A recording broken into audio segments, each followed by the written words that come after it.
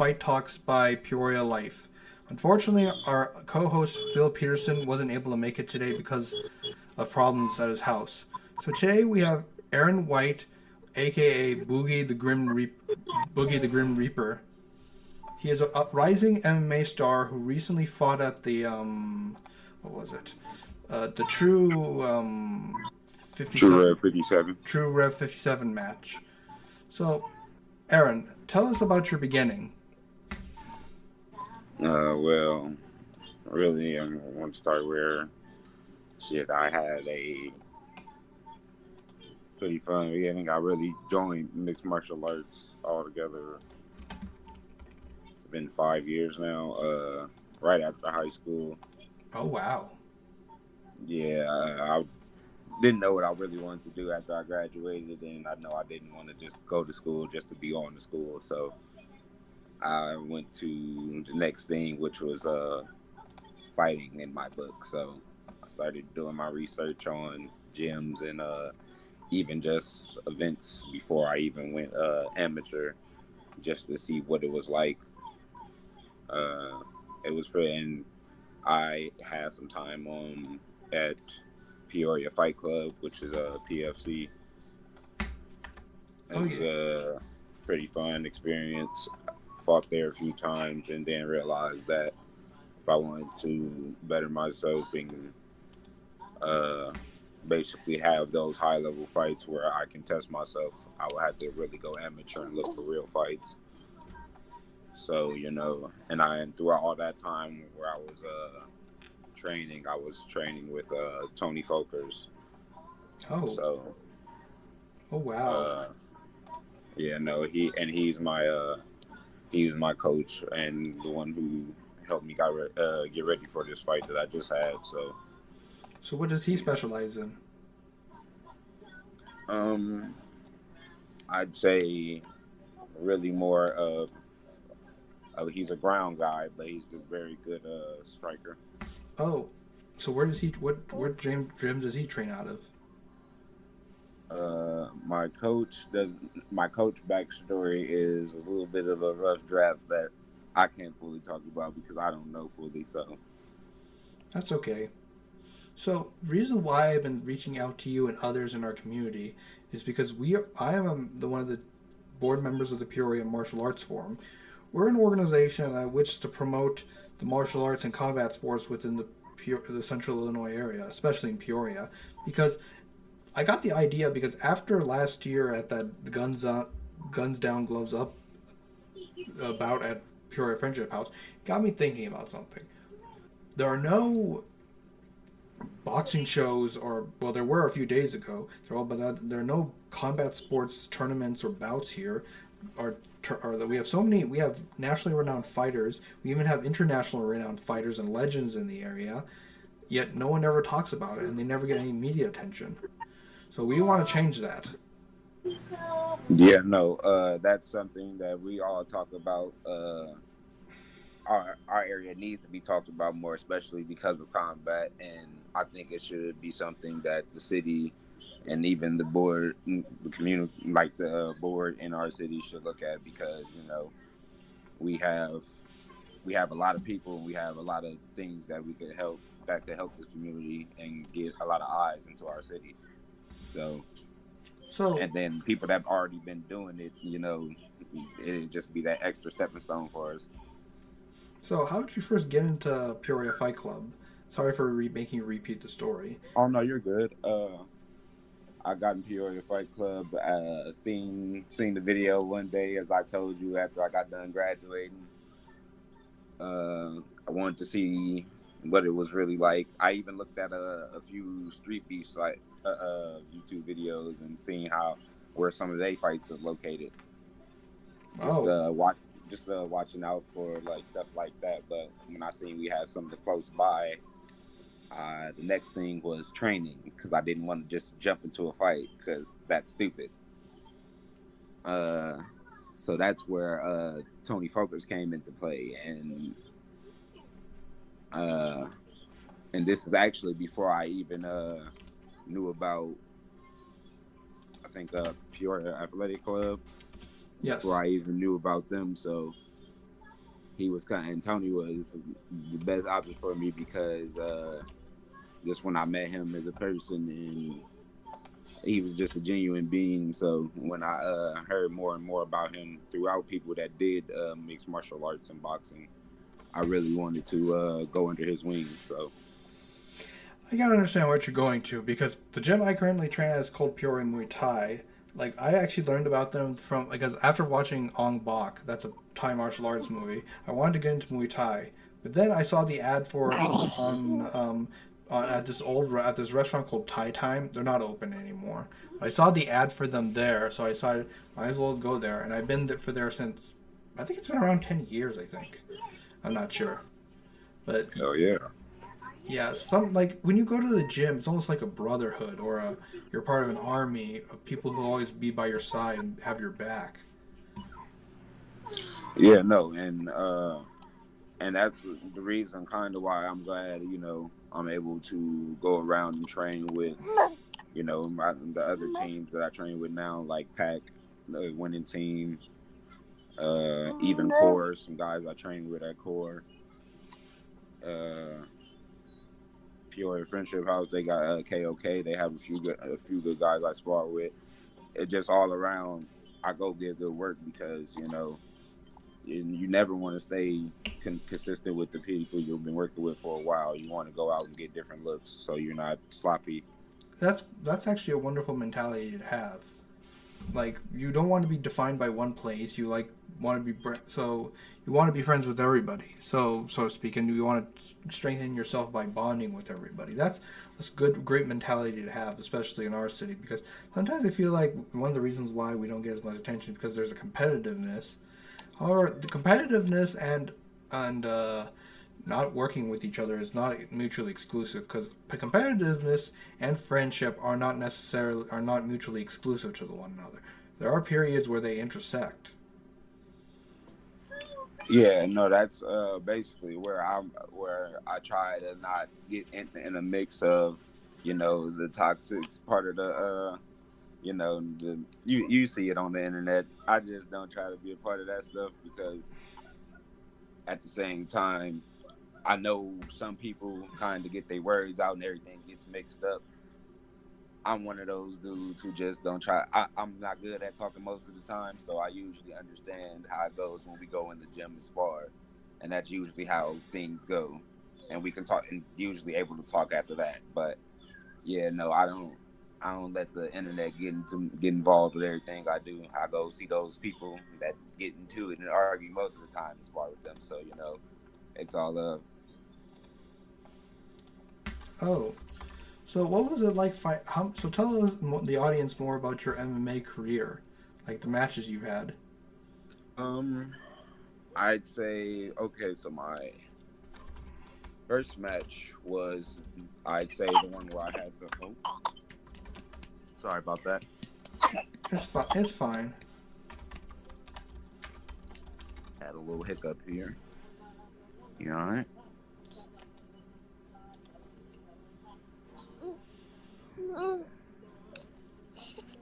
So, no, my very first match was probably the match I had the most jitters in, and it's the match that I always remember before I get ready to take my walk out on the cage. I mean, into the cage. Do I need to get you something to drink? But no, I was the most nervous for that fight because I did everything else right. I cut the weight. I did all the training, so I knew I was there physically, but mentally I wasn't prepared. So because I did lose my first fight, so it was a big learning experience, and it really gave me another look on how I should go into my fights. That is perfectly valid, and that's actually the best way to look at it. Don't ever see a defeat as a defeat. You see it as a learning experience, as a growing experience. Also, and then the biggest thing is, you feel me? you never know, and that's the fun thing about amateurs. You could run into this guy again, or potentially be fighting this guy for a belt. So everything comes together when it needs to. That's why I do love this sport. So I'm going to ask a hard question. Are you the same person you were before that match?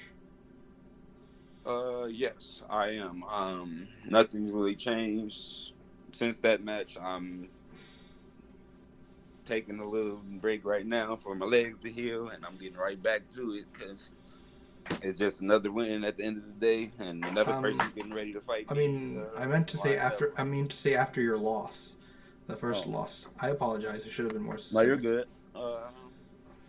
No, it actually, just as my coach told me, it'll be another day. You'll go right back into work doing the same thing. You'll go right back into training. We'll just be working even harder and the things that I need to do, which we did. So, with that mentality that he always had for me throughout those times where it got dark in my losses, I never really strayed away from it, and it never really gave me a reason to stop doing this. So it just gave me a reason to keep learning and have different outlooks on different possibilities when I'm in the cage fighting. So one thing I feel like one of the most important virtues for a martial artist or combat sports protection in general is perseverance.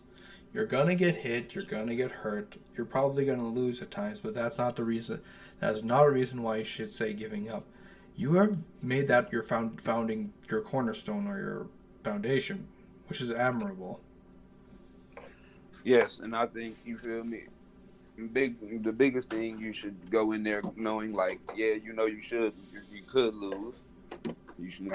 Everybody, that's the thing they tell you before we get ready to walk in that cage, like, you can have a good match and end up losing that match as well. So you have to be mentally prepared and professional at the same time, because we're still at amateur level right now. And, and the pros, you can't break them. So during your recent victory, how would you... I put the YouTube link into the description of the video down below. So go into detail. What was it like from your perspective? Because like watching it outside the ring is different from watching it from inside and experiencing it. Yeah, no. From my perspective, there was a lot of things I could have done better, especially when it comes to damage wise. I was taking a lot of leg kicks, but I know why I was doing that. I was looking for the way to get Galvin down, because he is a very good striker. So I was looking at ways to knock him down, as well as just trying to stay calm and I seen that. So I was looking at things in that fight that I watched it over a few times already that I didn't do in my previous fights that look a little better now, but I still need to work on. So I'm gonna just keep going over video and get ready to get back in camp. So one of the best places actually to review tips, surprisingly, is YouTube of all places. Because you're always going to have, I know that sounds weird, but there are always going to be places, the best people often brag and post their tips on YouTube. Like, there's one good striker channel called Fight Tips by Shane. Really good channel. Like, he shares tips do you know about Cowboy Cerrone? Yeah. So the thing is, he actually trained, Shane, the guy who runs that channel, actually changed with his striking coach. And actually posted, like, one thing that Cowboy Cerrone, if you notice, is like he throws a hook sort of that misses, then he goes into the roundhouse kick. Yeah. I'll share you that information later, as well as I'll share that tip into the Peoria Martial Arts Forum Facebook group. So, again, who are the fighters you look up to the most and who inspire you? Well, the fighters I grew up watching before were really, my first one was Anderson Silva. Oh, good choice. Yeah, no, so funny story about that. I watched him with my big brother, who is another reason I started MMA. Oh. So, it was something we both talked about doing and he was actually very, very, very good with it. He had other things going on in his life, so he couldn't pursue that dream. So you're living But the yeah, I'm living that dream for for him. both of you. That's very admirable, and that shows how much you love and respect your brother. Oh yeah, bro, and hopefully he knows that. So it. It was at first, I forgot who Anderson Silva fought. I think it was Forrest Griffin. I think so. Yeah, no, that was probably what really got me hooked. His style, the way he walks in there, the finesse. I know I would never have no finesse like that, but I would always want to walk in the octagon with that type of confidence. So, but another one, I'd say I've been enjoying watching Tom Aspinall. Oh. Yeah, no, he's been on the newer side, so yeah, no, I enjoy him a lot. Bro gets in there and gets the job done and goes home, so I gotta respect that. So two people I really admire right now are Buakaw Bachmek. I don't know if you know who that is. He's a legendary Muay Thai fighter from Thailand. Like, he competed and won. Like, the man is a monster. Like, they had to change the rules in regards to clenching because of how much he dominates opponents. Like, the dude knocks out people and knocks people out with punches and kicks.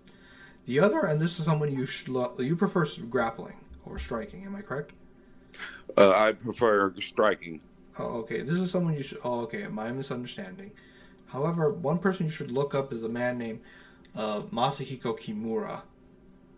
He's a legendary judoka. What makes him so famous, one of the reasons why he's so famous, besides doing 1,000 push-ups a day and pushing himself to the absolute limits, is that he beat Helio Gracie, who was one of the founding fathers of Brazilian Jiu-Jitsu in a Jiu-Jitsu match. Basically broke his shoulder. Oh shit! Like, that's why the Kimura. Whenever you hear the Kimura hold in Jiu-Jitsu and MMA, that was the move he used to beat Helio Gracie. It was named after him, renamed after him. I mean, that shows something how much you've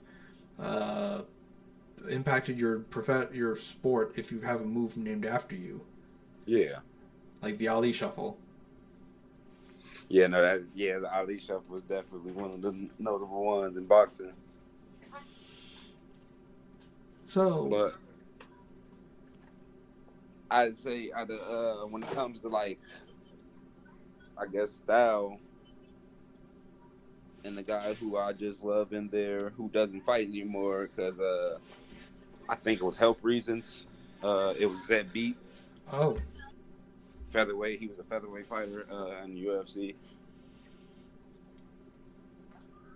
Very technical, and then he could take you down at basically any chance, anytime you wanted to. So he's actually somebody who I really enjoy fighting, and I try to implement some of his style, but it's very hard. So, again, another hard question. If you were the fighter if you could be to your most potential and beyond, what would you imagine yourself being like in regards to how you would fight, and such and such? To be honest, I don't really like compare myself to nobody because my style in particular is something I made myself. So, well, really, when it comes on the defense side, is my style is what I made for myself. But you're a counter striker? Huh? You're a counter striker? Yes, sir.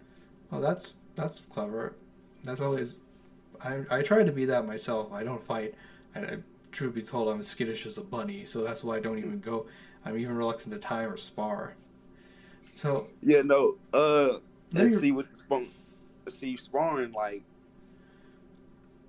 I even still get like jitters during and that too. So, like, yeah, no. Yeah. It's because remember I told you I go to different gyms all the time, so there's always that jitter there. Like, oh shit, somebody's gonna clip me today. Somebody's gonna be that guy that try to break my guard or drop me. But no, just I go in there, clear hot mindset. I don't try to be the aggressive guy who here to land big ass shots. I try to go in there and work at the paces my partner and shit, have fun and enjoy the shit and learn how you supposed to. I so relate to that, especially if you're timing against guys who fight professionally, and they can basically, they're going easy on you. Like, I kid you not, a couple of months ago, I went to Luke Leslie giving a seminar at Peoria Athletic Club. I saw Thomas Blackerby give him a bloody nose. And I thought to myself, yeah, I am so glad I stepped out. I did not decide to time with these people.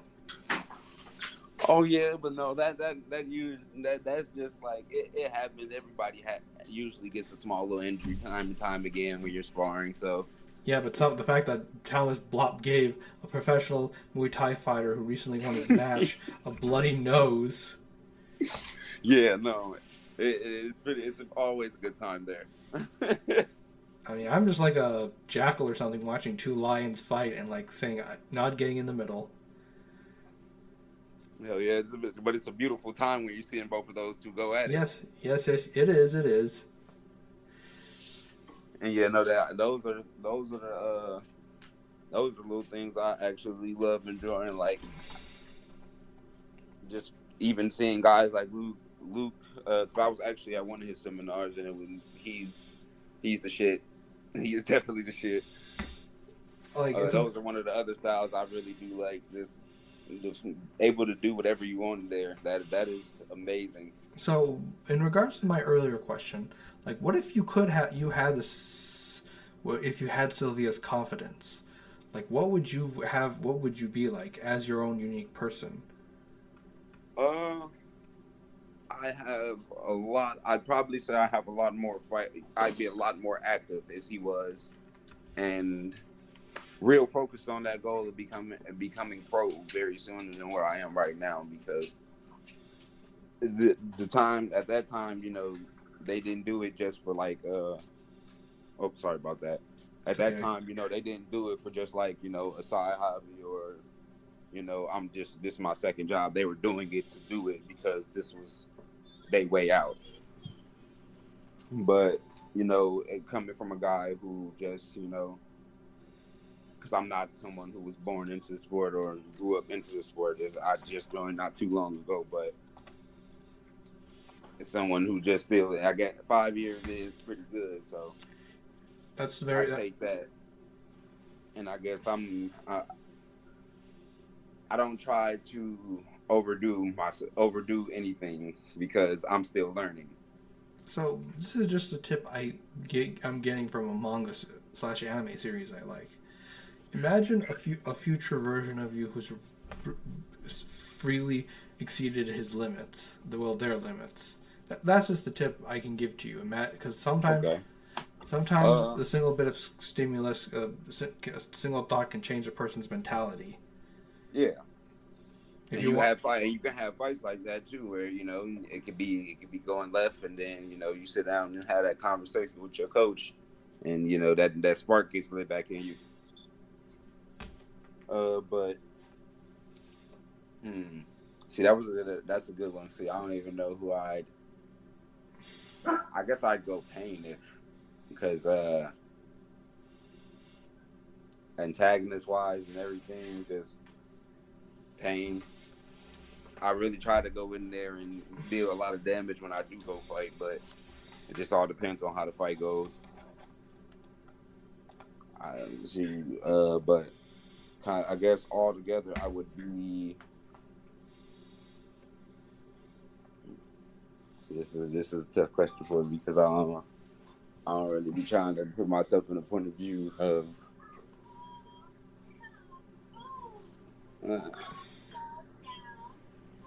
That one's a hard one for me. I'm not gonna lie to you. That's okay. We all have. So if you could go. So what show? I know this. So besides the fighters you watch, who else? Like, what are there any fictional characters that inspire you to be better? Because we all had that, or to become stronger.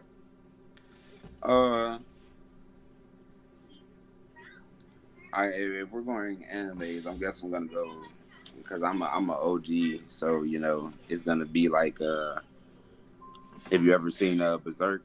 Yes, Guts. Yes, sir.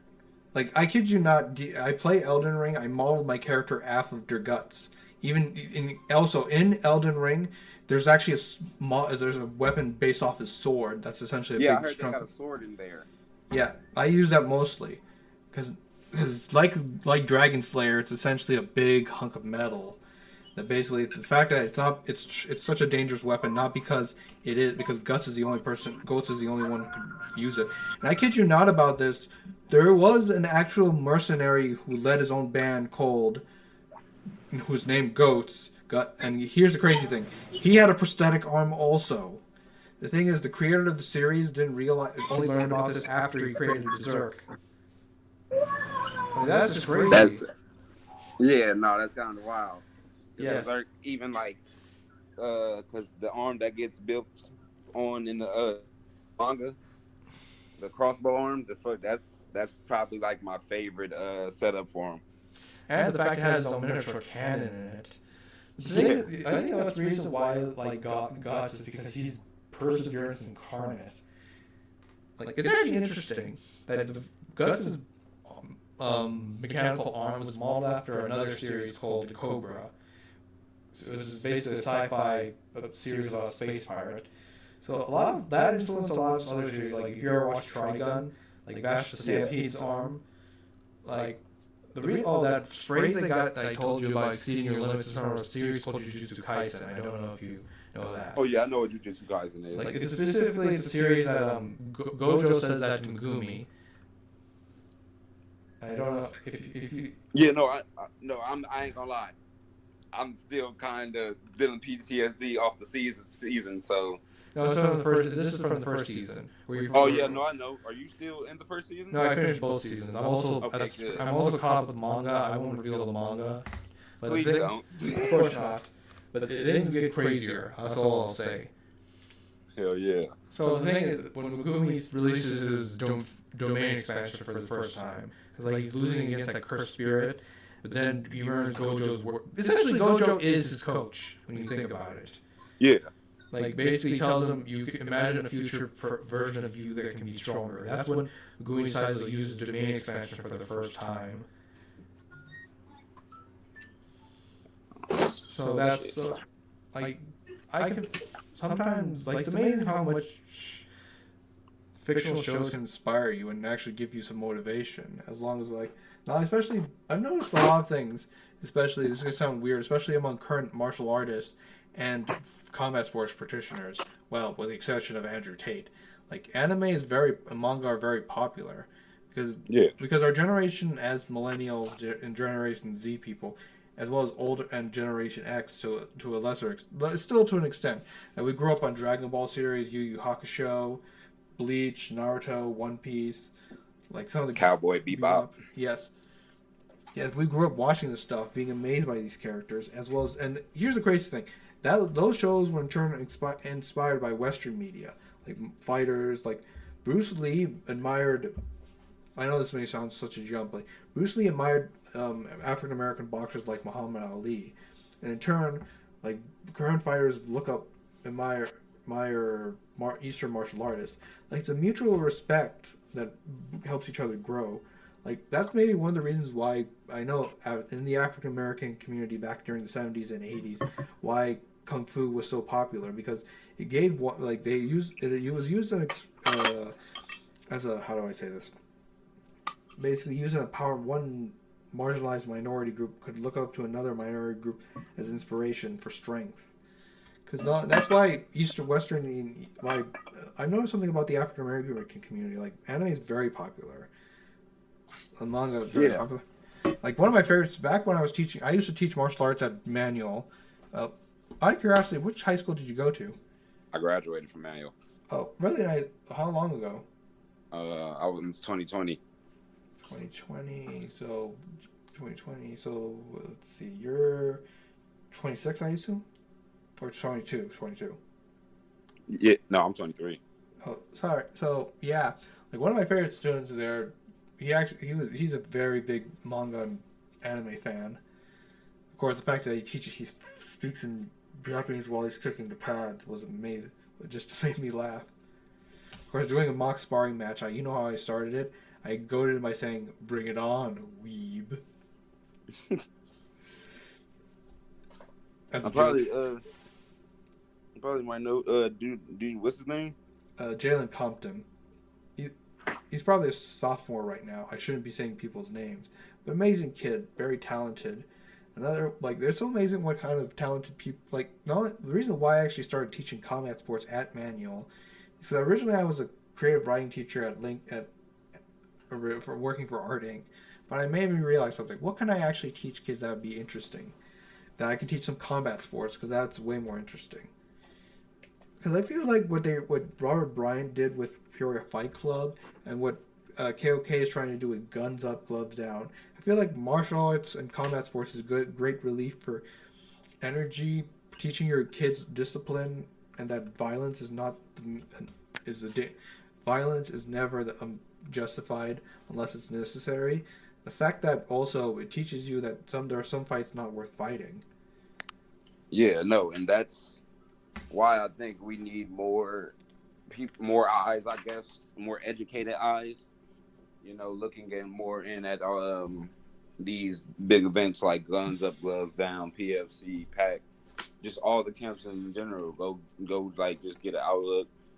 Maybe even start bringing it back to schools just to have after school, because who knows? Who knows how many kids would love to have an after school boxing gym or kickboxing gym somewhere.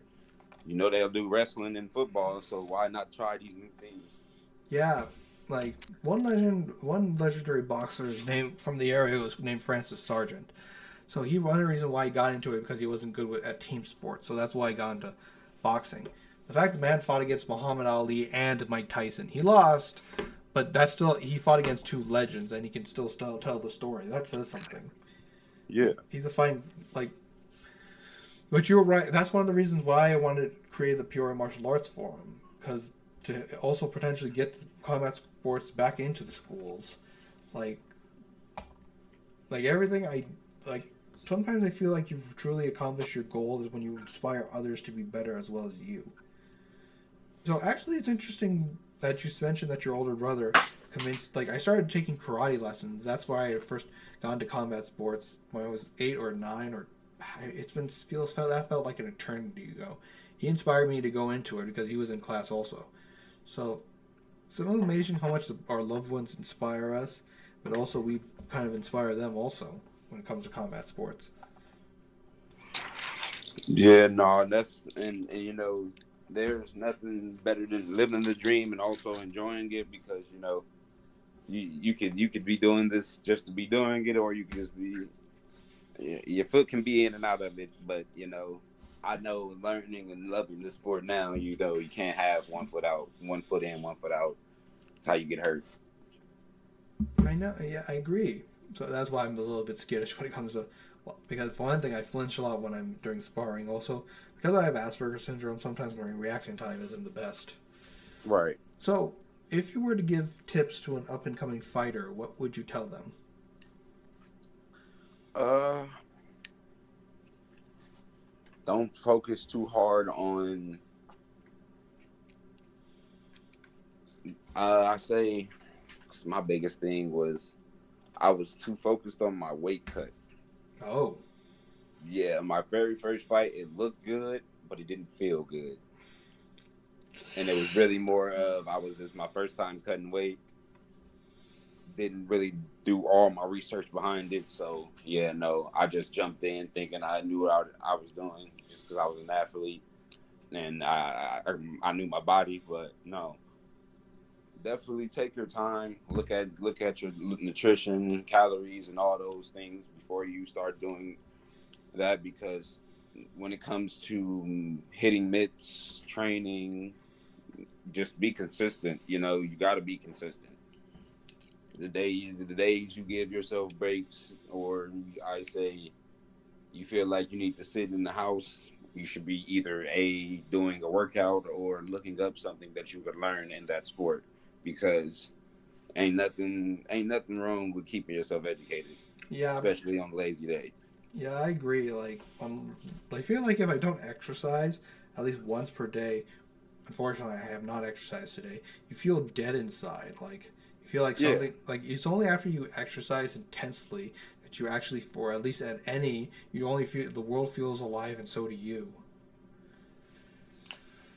Yeah, no, and then those it just like, and then when you don't do it, it's just like damn, it's like a day like goes by. You like I need to do something, I know it and then feels. you find yourself shadow boxing in the corner. So yeah, no, it's Oh, it's a lot. I'm so guilty of that myself. Like I'm so guilty of that myself. Oh yeah, So no, trust me, I do it a lot, especially working third shifts. oh wow, yeah. This is like not only that, especially the fact that because like I've been busy taking care of the puppy, my German Shepherd puppy this whole for a while for the last few days. That haven't gone to the gym. I haven't gone to Muay Thai at all this week. It feels like because I feel like it's amazing how much. It's almost like when you become stronger, exercise becomes like addiction. Of course, I find that also that idea ridiculous because exercise is what you need. It's up Yeah, your body telling you that.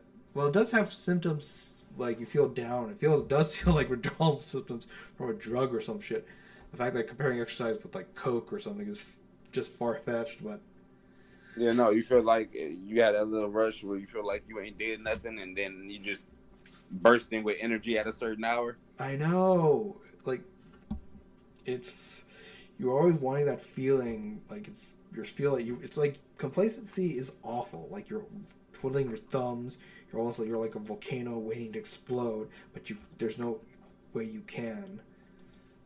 Man, what you?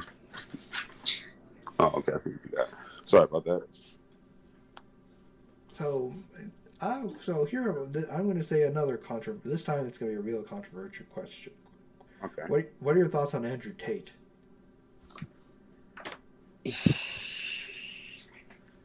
Bro talks a lot. I'll give him that. I don't really listen to nothing he says, or he is for certain people, I guess, but in my line of work and what I'm doing right now, motivation wise, he is not for the right. He's not a good person in the ear to hear. Like it's just yap. So I don't know. He seems like a good person, but I don't know what his intentions is at all. My man's here to make money, so I know that. I feel like the guy's kind of a pompous windbag, and not only Yeah, that. no, but these some of these dudes keep this facade up because it makes them money, and that's how the business goes, and they in their line of work. So And not only that, not only that, the fact the man kind of disparaged anime of saying that only people who are depressed and shit are into anime, bruh, bullshit. yeah, no, and like I say, he's one of those dudes who try to trap you to like force you to go back to watch his videos. Uh, it's all like the Jake Paul stuff. Like Oh, they know how to bring people back. I give them that. okay. So, what are your thoughts on? Go more into depth about your thoughts about Jake Paul. Speaking of griefers, Uh, shit, hell of a businessman. He know how to motherfucking market himself. Shit, if you can keep yourself relevant in our generation, you're doing something right. so So question: if he were to fight against Sylvia at his prime, who would win? Silver, what? But that's not even a question. That's what he's getting the shit beat out of him. But you know, like I said, business. He's a smart businessman. I have to give him that. I will. That's not. You're not wrong. The thing is, the man has not yet to fight an actual challenge. Oh yeah, I mean, you feel me? And that's people taking his offers though. That's kind of like I said, when you market yourself right and the right people bite on that hook, that's really how you get people. Just the same case. Like someone like Tyson Fury or someone who's up and coming. Like I don't know if you train with Anthony Holloway, right? Yeah, no, that's my cousin. Oh, really? You're Yeah, oh, I didn't know. Oh, I didn't know you two were related. yeah. Long story, but yeah, we're related. Oh, so yeah, I didn't realize that. So he wants to fight Jake Paul, and I think if he pushes himself past his limits, he can beat him easily. Oh Child, hell yeah, he just definitely. You feel me? It just with that it just marketing. That's another thing that Jake. You got to have that marketing thing in your pocket too. like the fact that the man's actually ranked above Anthony of all people. Like Anthony, I've seen the man trains like a beast. The fact that Coach Bell and Coach Bang have to ask him to leave the gym not because he trains himself beyond his limits and actually give himself some rest time. That man's 100% work, and the fact that Jake Paul is ranked above him. Like one thing, the Peoria Martial Arts Forum wants to help, like being trying to go into professional fighters requires marketing.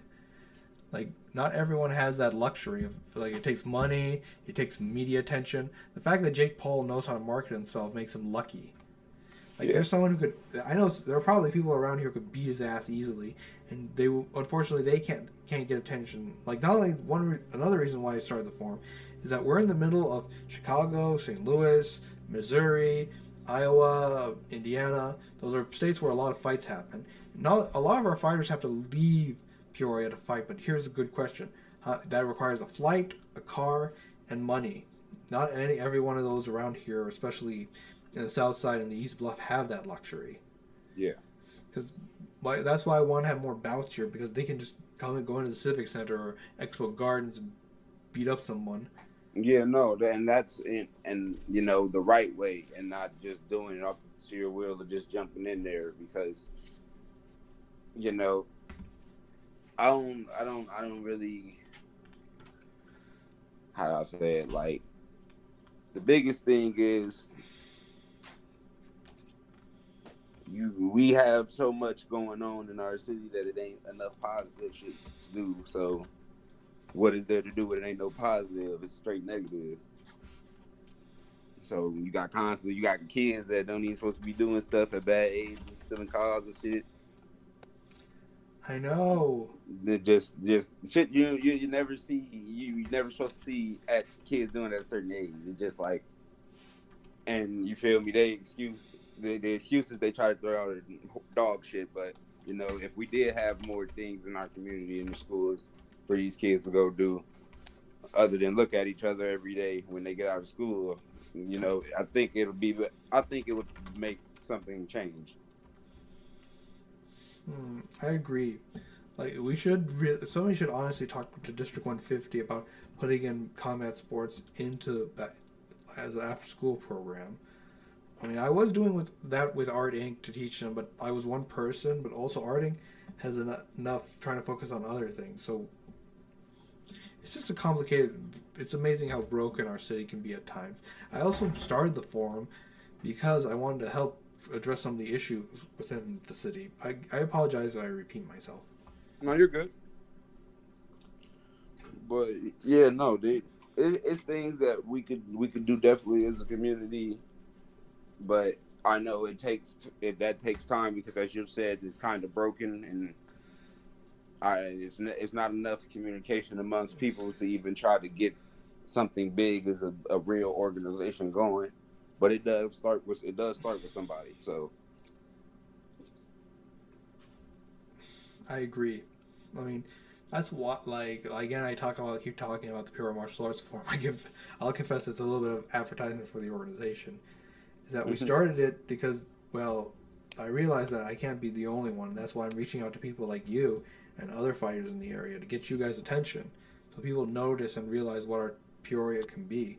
I mean, shit. If it plays in Peoria, it can play anywhere. yeah, and hopefully we get enough people to start seeing and the right people to start seeing these things because all it takes is the right person to see it. Just like like I be telling my little sisters, you can go viral in this generation. You can go viral off anything. You feel me? If the right person sees it, you just got to do it. Just all depends on what's going on at that time. So I think that would be all for tonight, folks. So thank you for this interview. Thank you so much, Aaron, for your time. Of course. For anyone who wants interested in his career, I posted a link to his MMA career as well as this video of his recent fight in the description of this video. Please check those out. This is Anshuman Reddy from the Peoria Martial Arts Forum.